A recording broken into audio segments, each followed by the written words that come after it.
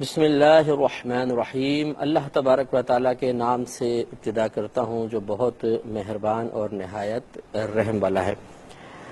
جیسے کہ آپ کو معلوم ہے کہ ہمارا یہ پروگرام بخاری شریف کے جتنی بھی احادیث ہیں الحمدللہ ان کے درس پر مشتمل ہے، اور اس پروگرام میں ہم امام بخاری رحمۃ اللہ علیہ کی جمع کردہ احادیث کو آپ کے سامنے ذکر کر کے جو مختلف موضوعات پر مشتمل ہیں، پھر انشاءاللہ اس کا ترجمہ اور اس سے حاصل ہونے والے عظیم لطائف اور نکات پر گفتگو کریں گے، اور ہم دیکھیں گے کہ ہمارے نبی کریم صلی اللہ علیہ وسلم کی بیان کردہ ان احادیث کریمہ میں کس قدر ہمارے لیے فیوز و برکات پوشیدہ رکھے گئے ہیں۔ لیکن اس سے پہلے کہ ہم احادیث کریمہ کی طرف آئیں، ہمارے پچھلے پروگرام میں بھی میں نے امام بخاری رحمۃ اللہ علیہ کی سوانح حیات پر کچھ کلام کرنا مناسب سمجھا تھا اور کچھ باتیں عرض کر دی تھیں۔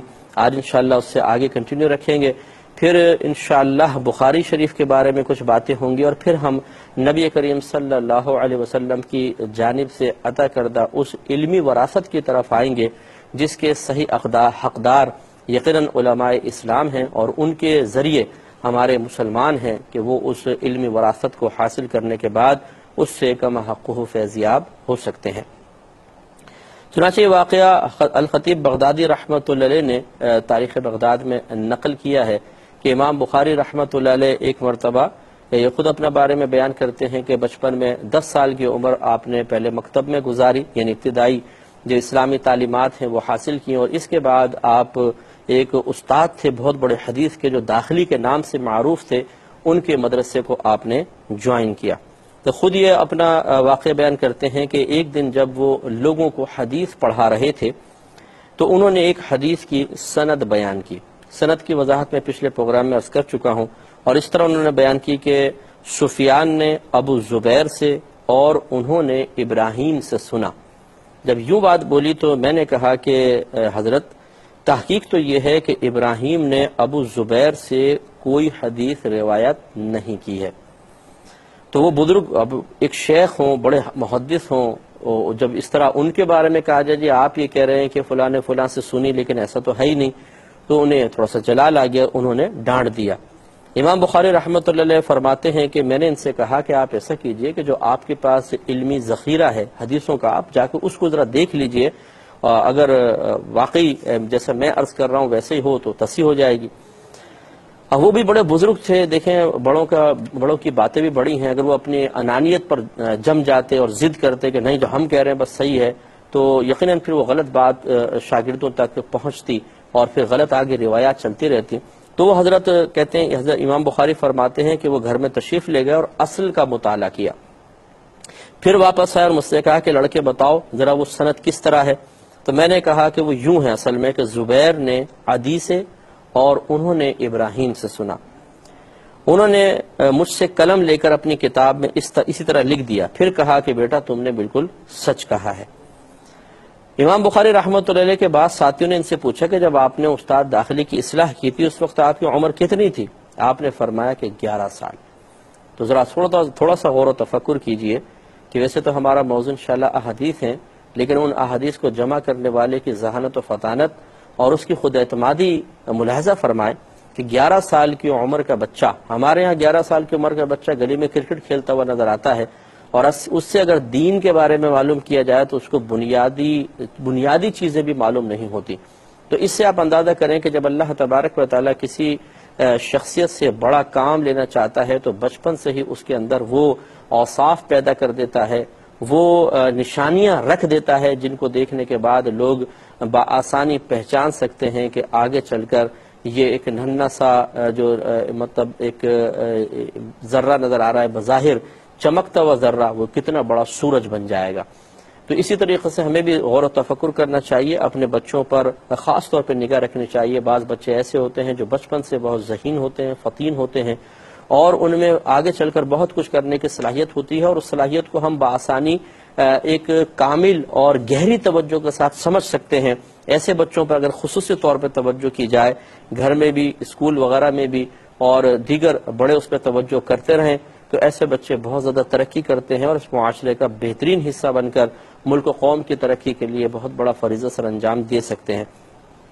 کہ اس سے بھی معلوم ہوا کہ دیکھیے اس سے ہمارے ٹیچرز حضرات بھی اساتذہ بھی سبق حاصل کریں کہ اگر بعض اوقات ایسا ہوتا ہے کہ کسی کی توجہ نہیں رہتی ہے. اب اس کا مطلب یہ نہیں تھا کہ استاد داخلی صاحب رحمۃ اللہ علیہ جو تھے وہ اپنے علم میں کمزور تھے. یہ ہوتا ہے بسا اوقات کہیں سے ایک بات سنی اور اس کے فہم پر اس کے علم پر اعتماد کر کے اس بات کو بعینی آگے بیان کر دیا, تحقیق نہیں کی. لیکن پھر سامنے کوئی ایسا محقق آ جاتا ہے کہ جو اس بات میں موجود کسی سقم و کمزوری کی طرف اشارہ کر دیتا ہے کہ نہیں یہ کمزور ہے, تو پھر ہم توجہ کرتے ہیں اس کی اصل کی طرف اور حقیقت پر غور و تفکر کرنے کی کوشش کرتے ہیں. پھر پتہ چلتا ہے کہ ہم نے فلاں پر اعتماد کر کے چیز کو بیان کر دیا, لیکن واقعی اس میں تو یہ غلطی تھی. تو یہ انسان چونکہ بشر ہے اور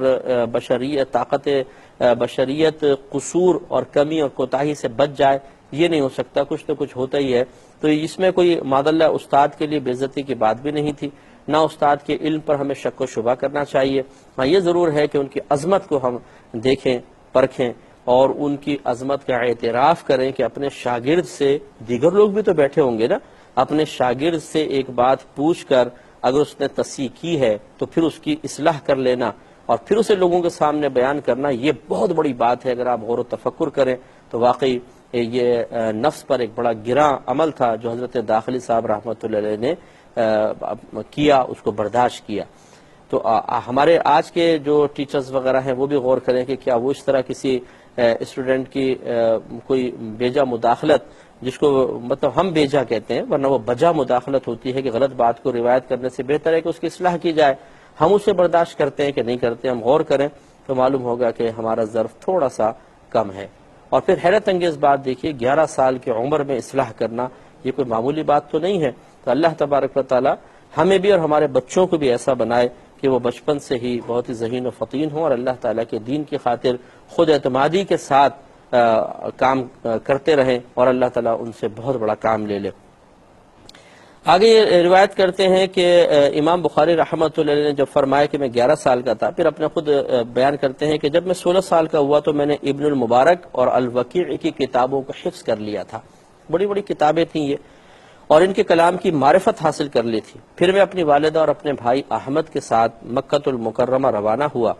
جب میں نے حج کر لیا تو میرے بھائی میری والدہ کے ساتھ واپس آ گئے اور میں حدیث کی طلب میں وہیں رہ گیا. اور جب میں 18 سال کا ہوا تو میں نے فضائل صحابہ و تابعین اور ان کے اقوال کے متعلق ایک کتاب تصنیف کرنے لگا.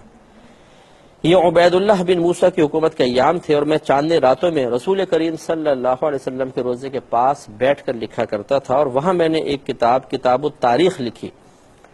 اور میں نے تاریخ میں جس کا نام بھی لکھا ہے, یعنی اس کتاب میں, مجھے اس کا کوئی نہ کوئی قصہ ضرور معلوم ہے, مگر میں کتاب کو کے طول دینے کو ناپسند کرتا ہوں.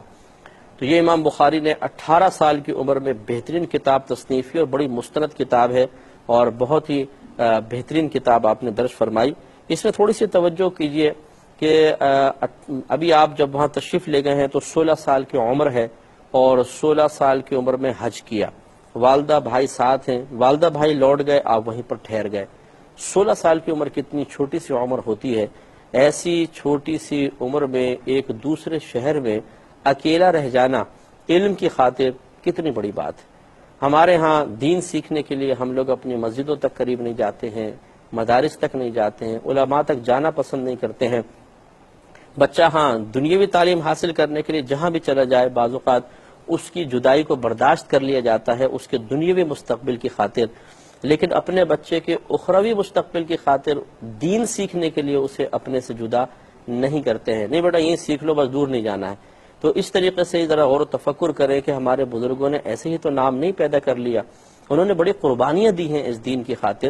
جب وہ دین سے فیض حاصل کرتے رہے, جب وہ دین کی برکت سے بروز قیامت عزت حاصل کریں گے, تو صحیح بات ہے کہ پھر انہوں نے دین کی خدمت کا بھی حق ادا کرنے کی کوشش کی ہے. تو 16 سال کی عمر میں اپنے ماں سے اپنے بھائی سے جدا ہو کر رک جانا اور پھر ان کا واپس چلے جانا, آپ خود سوچیں صرف یہ جدائی کے لمحے پہ اگر آپ غور و تفکر کریں تو کس قدر نفس پہ گرا ہوگا. لیکن امام بخاری رحمۃ اللہ علیہ نے اس کو برداشت فرمایا, اپنے نفس کی خواہشات کو روکا اور اللہ تعالیٰ کی رضا کے لیے وہاں پر رک کر آپ نے اکتساب علم کیا. اس سے بھی ذرا درس حاصل کرنا چاہیے. ہوتا یہی ہے کہ ہم عموماً صرف واقعات سنتے ہیں اپنے اکابرین کی سوانح حیات سنتے ہیں اور ماشاءاللہ سبحان اللہ کہہ کر بس اپنے کاموں میں لگ جاتے ہیں۔ ہونا یہی چاہیے کہ ہم ایک ایک چیز سے درس حاصل کریں اور ان کی زندگی کے ایک ایک پہلو کو سامنے رکھ کر اسے آئینے کی حیثیت سے دیکھیں اور اپنا عکس اس میں دیکھنے کی کوشش کریں کہ ہمارا عکس کس انداز سے نظر آتا ہے۔ کیا واقعی ہم نے بھی اس طرح کی قربانیاں دی ہیں؟ دین خالی انہی کو تو نہیں تھا، دین ہمارا بھی ہے۔ دین سے صرف وہ تو فیضیاب نہیں ہوئے، ہم بھی فیضیاب ہوتے ہیں۔ دین کی برکت سے میدان محشر میں صرف وہی تو فائدہ حاصل نہیں کریں گے، ہم بھی تو کریں گے۔ اسی دین کی برکت سے انہیں اگر جنت ملے گی تو یہی دین ہمارے لیے بھی دخول جنت کا سبب بنے گا۔ لیکن ان کی خدمت دین میں اور ہماری دین سے رغبت، دین کی طرف رغبت میں زمین آسمان کا فرق ہے۔ ہم نے کتنی دین کی خدمت کی، ہم دین کے لیے کتنی نفسانی خواہشات کی قربانیاں دے رہے ہیں، ہم نے دین کے لیے کتنا وقت نکالا، ہم نے دین کے لیے اپنے ماں باپ، بہن بھائی، بیوی بچوں کے لیے کتنی وقتی جدائی کی تکلیف کو برداشت کیا۔ اگر ہم اپنا محاسبہ کریں تو دین ایک ایسا مظلوم چیز نظر آئے گی کہ پوری دنیا کے لیے، دنیا والوں کے لیے ہم وقت نکالنے کے لیے تیار اور قربانیاں دینے کے لیے تیار ہوتے ہیں، لیکن بسا اوقات اپنے دین اسلام کے لیے نہیں ہوتے۔ حالانکہ دین اسلام کی امپورٹنس اتنی زیادہ ہے، ماں جنت نہیں دلوائے گی، باپ نہیں دلوا سکتا، بھائی بہن، دوست احباب نہیں، اگر کوئی مسلمان نہیں ہے تو۔ لیکن دین اسلام وہ ہے کہ جو ہمارے لیے دخول جنت کے سلسلے میں ایک شرط ہے۔ اگر اس مسلمان نہیں ہے تو جنت میں جا ہی نہیں سکتا ہے۔ تو اتنی اہم چیز جو ہمارے لیے ایک عظیم مقام پر دخول کا سبب عظیم بنتی ہے، ہم اس پر توجہ نہیں کرتے ہیں۔ تو امام بخاری رحمۃ اللہ علیہ کی قربانیاں دیکھیں اور سوچیں، ہم غور و تفکر جب تک نہیں کریں گے ہمیں اپنے بزرگوں کی قربانیوں کی قدر اور اس کا احساس کبھی بھی نہیں ہو سکتا۔ تو صحیح احساس و شعور کی بیداری کے لیے اپنے بزرگان دین کے کارناموں کو محاسبانہ نظر سے دیکھنا اور پھر اپنا محاسبہ خصوصی طور پہ کرنا، یہ بہت ہی ضروری ہے، جیسے کہ امام بخاری رحمۃ اللہ علیہ کا آپ نے معاملہ ملاحظہ فرمایا۔ امام بخاری رحمۃ اللہ علیہ جہاں علم حاصل کرتے رہے وہاں بڑی عبادت اور ریاضت بھی کرتے تھے۔ پہلے میں اس کے عبادت اور ریاضت کے بارے میں چند باتیں عرض کرتا ہوں اور پھر میں اس پہ تھوڑا سا کلام ضرور عرض کرنا چاہوں گا۔ الخطیب بغدادی رحمۃ اللہ علیہ لکھتے ہیں کہ مصباح بن سعید بیان کرتے ہیں کہ محمد بن اسماعیل بخاری کے اصحاب ماہ رمضان میں پہلی شب میں ان کے پاس جمع ہو جاتے تھے، آپ کے ساتھی وغیرہ، اور امام بخاری رحمۃ اللہ علیہ ان کو نماز پڑھاتے اور ہر رکعت میں 20 آیات پڑھتے یہاں تک کہ قرآن مجید ختم کر لیا کرتے تھے، اور اسی طرح سحری میں نصف سے لے کر تہائی قرآن پڑھتے اور 3 راتوں میں سحری تک قرآن مجید ختم کر لیا کرتے تھے، اور ہر روز دن میں افطار کے وقت ایک قرآن مجید ختم کیا کرتے تھے، اور آپ کہتے تھے کہ ہر ختم قرآن کے وقت ایک دعا مقبول ہوتی ہے، یعنی اس کے بعد پھر آپ دعا فرماتے تھے۔ تو کتنی کثرت سے آپ رمضان میں قرآن عظیم پڑھا کرتے تھے۔ حضرت ابو سعید بکر بن منیر بیان کرتے ہیں کہ امام بخاری رحمۃ اللہ علیہ ایک دن نماز پڑھ رہے تھے کہ ایک بھیڑ میں، جو یہ کالی سی اڑتی ہے، بڑا تیز پر چلاتی ہے اور خوف ہوتا ہے کان میں گھس جائے گی، اس کو بعض لوگ زنبور بھی کہتے ہیں، زنبور ویسے اس کو کہتے ہیں، بھیڑ بھی ہمارے اردو زبان میں کہتے ہیں۔ اس نے آپ کو 17 بار ڈنگ مارا۔ جب آپ نماز پڑھ چکے تو فرمایا دیکھنا ذرا نماز میں کیا چیز مجھے ایذا پہنچا رہی تھی۔ لوگوں نے دیکھا کہ زنبور کے کاٹنے سے آپ کے بدن میں 17 جگہ سوجن ہو گئی تھی، لیکن آپ نے نماز قطع نہیں کی۔ حاضرین میں سے کسی نے کہا کہ حضرت جب یہ آپ کو پہلی بار اس بھیڑ نے ڈنگ مارا تھا تو آپ نے نماز توڑ کیوں نہیں دی؟ آپ نے شاید فرمایا کہ میں نے سوچا کہ جس صورت کی میں تلاوت کر رہا ہوں پہلے میں اس کو تو مکمل کر لوں، یعنی اللہ تبارک و تعالیٰ کے ادب کی وجہ سے میں نے مناسب نہ سمجھا کہ میں قرات کو منقطع کر کے نماز کو توڑ کر باہر نکل کر اپنی اس تکلیف کو دور کروں۔ حالانکہ جائز تھا آپ کے لیے، لیکن امام بخاری رحمۃ اللہ علیہ اسی طرح نماز ادا کرتے رہے۔ اس سے معلوم ہوا کہ آپ نہ صرف بہت زیادہ عبادت اور ریاضت کیا کرتے تھے بلکہ اللہ تبارک و تعالیٰ کا ادب اور احترام اور اللہ تعالیٰ کی طرف سے فرض کردہ عبادت کی بڑی تعظیم آپ کے قلب و ذہن میں تھی۔ تو اس سے ذرا غور و تفکر کریں کہ ہم امام بخاری رحمۃ اللہ علیہ عالم بھی ہیں، حدیث کے زبردست عالم، اور آپ آپ میں وصف اجتہاد بھی موجود نظر آتا ہے کہ آپ نے بہت ساری حدیثوں سے اجتہاد کیا ہے۔ احکام کا استنباط کیا ہے. جیسے کہ انشاءاللہ جب ہم احادیث کریمہ عرض کریں گے تو امام بخاری رحمۃ اللہ علیہ حدیث سے جو کچھ مسئلہ اخذ کرتے ہیں بعض اوقات اسی کو بطور عنوان شروع میں ذکر کر دیتے ہیں، باب قائم کرتے ہیں کہ اس حدیث کا باب، یہ اس حدیث کا عنوان یہ ہے، پھر اس کے تحت حدیث لے کر آتے ہیں. معلوم ہوا کہ آپ ایک بہت بڑے عالم بھی تھے، لیکن اس کے ساتھ ساتھ ایک بہت بڑے مجاہد بھی تھے، مجاہدہ فرمانے والے تھے. آپ ریاضت کرتے تھے، عبادات کرتے تھے، کثرت سے عبادات کرتے تھے، اور اللہ تعالیٰ کی فرض اور واجب کردہ عبادات میں، نفلی کاموں میں اپنے آپ کو مشغول رکھا کرتے تھے. تو اس سے ذرا تھوڑا سا غور و تفکر کریں کہ ہمارے ہاں دو طرح کے طبقے ہیں جو متشدد ہیں، اور ایک طبقہ ایسا ہے کہ جو بالکل حق پر اور صحیح ہے.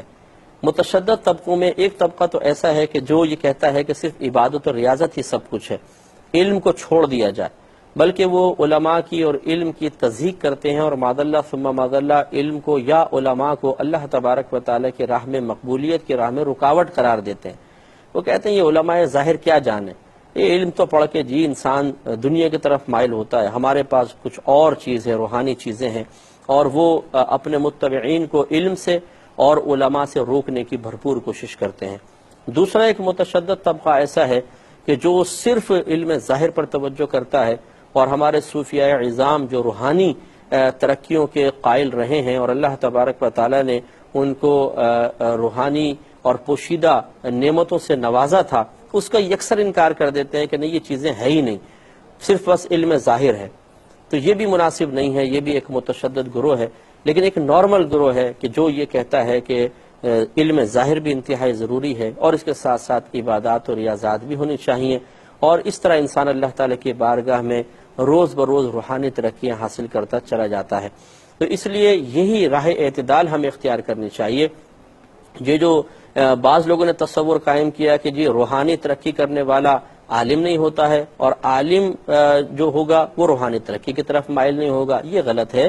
امام بخاری رحمۃ اللہ علیہ کی آپ علمی خدمات دیکھیں، آپ کا علمی مقام دیکھیں، وقار دیکھیں، پھر آپ کی روحانی ترقیاں دیکھیں. اب انشاءاللہ جیسے میں نبی کریم صلی اللہ علیہ وسلم کی بارگاہ میں آپ کی مقبولیت کے بارے میں ایک واقعہ عرض کروں گا، تو اس سے معلوم ہوا کہ ہمارے اکابرین علم کی طرف بھی مائل رہے اور عبادات و ریاضات کا دامن بھی تھام کر رکھا. یہ دونوں چیزیں لازم و ملزوم ہیں، تب کہیں جا کے انسان اللہ تعالیٰ کی بارگاہ میں کوئی مقام و مرتبہ حاصل کرتا ہے.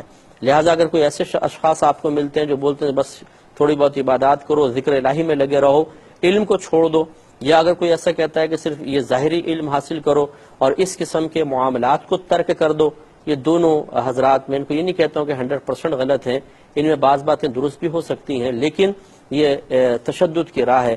اور خیر الامور اوسطها، ہر معاملے میں درمیانہ راستہ اختیار کرنا سب سے بہتر ہوتا ہے، اور یہ ہمارے اکابرین کا طریقہ رہا ہے. اب کچھ باتیں امام بخاری رحمۃ اللہ علیہ کے سیرت اور کردار کے بارے میں ضرور میں عرض کروں گا. ابو سعید بکر بن منیر ہی بیان کرتے ہیں کہ امام بخاری کے پاس فروخت کرنے کے لیے کچھ سامان آیا. شام کو آپ کے پاس کچھ تاجر آئے اور 5000 درہم کے نفع پر وہ سامان خریدنا چاہا. امام بخاری رحمۃ اللہ علیہ نے فرمایا کہ میں تمہیں کل بتاؤں گا. دوسرے دن تاجروں کو دوسرا گروہ آیا، انہوں نے 5 کے بجائے 10,000 درہم نفع کی پیشکش کی. لیکن امام بخاری رحمۃ اللہ علیہ نے فرمایا کہ کل جو تاجر آئے تھے میں نے دل میں ان کو فروخت کرنے کی نیت کر لی تھی، اب میں 5,000 درہم کے نفع کی خاطر اپنی نیت کو بدلنا نہیں چاہتا. اب یہ دیکھیں، یہ آپ کی دیانت ہے، یہ آپ کی سیرت ہے، کردار کتنا خوبصورت کردار ہے. اگرچہ شرعاً بھی آپ پہ کوئی واجب نہیں تھا کہ جب تک ایجاب و قبول نہیں ہوتا انسان کسی کو بھی دوسرے کو سودا بیچ سکتا ہے، لیکن یہ بڑی بات ہوتی ہے کہ انسان اپنے باطن، اپنی سوچ، اپنی نیت کو اہمیت دے کر نقصان برداشت کر لے. لیکن باضمیر لوگوں کا یہی کردار ہوتا ہے کہ آپ نے جب نیت کر لی کہ ٹھیک ہے میں 5,000 نفع دینے والے کو بیچوں گا تو انہی کو بیچا، پھر یہ نہیں کہ اپنی نیت کو بدل لیا. تو نیت کو بدلنا بعض اوقات یہ معیوب بھی ہوتا ہے، معتوب ہوتا ہے. انسان کو چاہیے کہ امام بخاری رحمۃ اللہ علیہ کے اس عمل و کردار سے بھی درس حاصل کرے. ہم تو نیت کیا، ہم تو قول پر بدل جاتے ہیں. ہم بعض اوقات کسی کو قول دیتے ہیں اور پھر اس کو تبدیل کر لیتے ہیں، یہ مناسب نہیں ہے. انشاءاللہ زندگی رہی تو امام بخاری رحمۃ اللہ علیہ کے سوانح حیات کے تذکرے کے ساتھ کل پھر آپ کی خدمت میں حاضری کا شرف حاصل ہوگا. آمین. اللہ تعالیٰ عمل کی توفیق عطا فرمائے. آمین. وآخر دعوانا ان الحمدللہ رب العالمین.